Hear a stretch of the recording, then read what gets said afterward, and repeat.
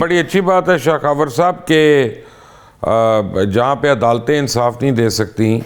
جہاں پہ وکیل ہمیں انصاف نہیں دلوا سکتے، وہاں ہمیں میڈیکل ڈاکٹر انصاف دلوا لیتے ہیں، مرضی کا انصاف دلوا لیتے ہیں، علاج بھی کروا دیں گے اور ہمیں باہر بھی بھیج دیں گے۔ کیا نظام ہے یار شاہ خاور صاحب، آپ بھی جج تھے ایک زمانے میں، یہی اسی قسم کے فیصلے آپ بھی کرتے تھے؟ دیکھیے بات یہ ہے کہ ایک میں آپ کو بڑا انٹرسٹنگ بات بتاؤں، باقی پینلسٹ کے لیے بھی بڑی یہ ایک اچھی سرپرائزنگ بات ہوگی۔ دیکھیں جو کیس جس میں یہ حکم صادر ہوا کہ اس میں امائکس بنایا جائے اور اس کو جو ہے وہ جیل سے رپورٹ لے کے وہ لے کے آ جائے، وہ ان کی اپیلیں تھی پرانی، جو کہ انہوں نے کسی آرڈر کو چیلنج کیا ہوا تھا ہائی کورٹ کے،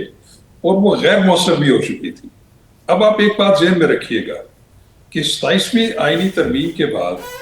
جو فیڈرل کانسٹیٹیوشنل کورٹ بنی ہے، وہ جو آئین کا جو اوریجنل جورسڈکشن تھی آرٹیکل 184،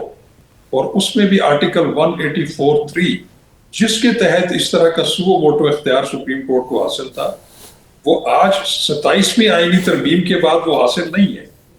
اور یہ آپ بڑی ٹیکنیکل بات آپ کو میں بتا رہا ہوں، لیکن اس کے باوجود بھی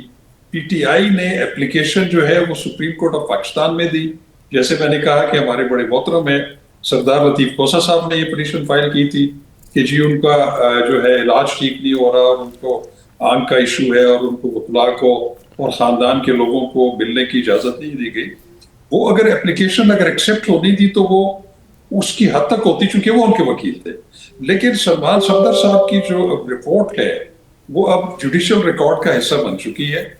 اب اس کے اوپر میں سمجھتا ہوں کہ یہ ایک ایسا میں یہ اگر کہنے میں مجھے کوئی آر محسوس نہیں ہوگی کہ پی ٹی آئی کے ساتھ ایک خود ان کے ہی وکلاء کی موو کی وجہ سے ہاتھ ہو گیا ہے کہ اب وہ جو سلمان صفدر صاحب کی رپورٹ ہے جوڈیشل ریکارڈ کا حصہ ہے، اس میں جو ان کا نیریٹو تھا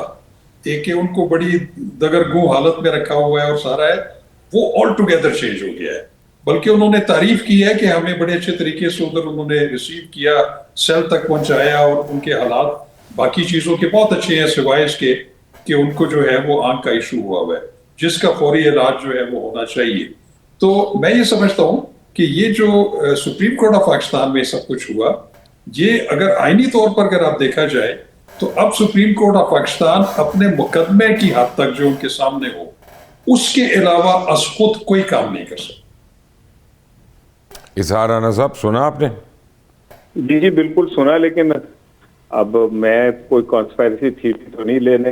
دے سکتا۔ اتنا ضرور کہوں گا کہ پتہ نہیں اگر اتنے ہی اچھے حالات ہیں تو پتہ نہیں کس کے سیل میں لے گئے انہیں اور کہاں لے جا کے کیا دکھا۔ نہیں وہ چوچا تو نہیں ہے نا، اس نے تو بتا دیا ہوگا میرا سیل ہے کہ نہیں، یہ کیا بات ہے؟ تو عمران خان تو نہیں گیا سیل میں ان کے ساتھ، عمران خان سے تو ملاقات ہوئی ہے خالی ان کی۔ نہیں صاحب، یہ ان کو ان کے سیل تک ایکسیس دی گئی ہے۔ ان کی جو رپورٹ ہے اس میں انہوں نے لکھا ہوا ہے کہ میں نے خود یہ تمام چیزیں دیکھی ہیں، ان کے سیل کا سائز کتنا ہے،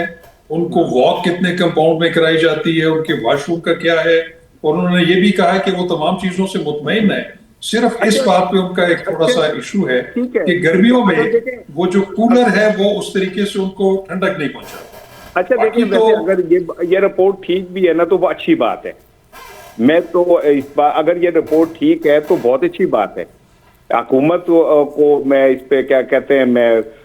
داد دوں گا کہ اگر انہوں نے عمران خان صاحب مطمئن ہیں ان ساری چیزوں سے تو یہ تو بہت اچھی بات ہے۔ میں ہر چیز میں مطلب دودھ مہنگیاں کیوں پاواں، لیکن اور یہ اگر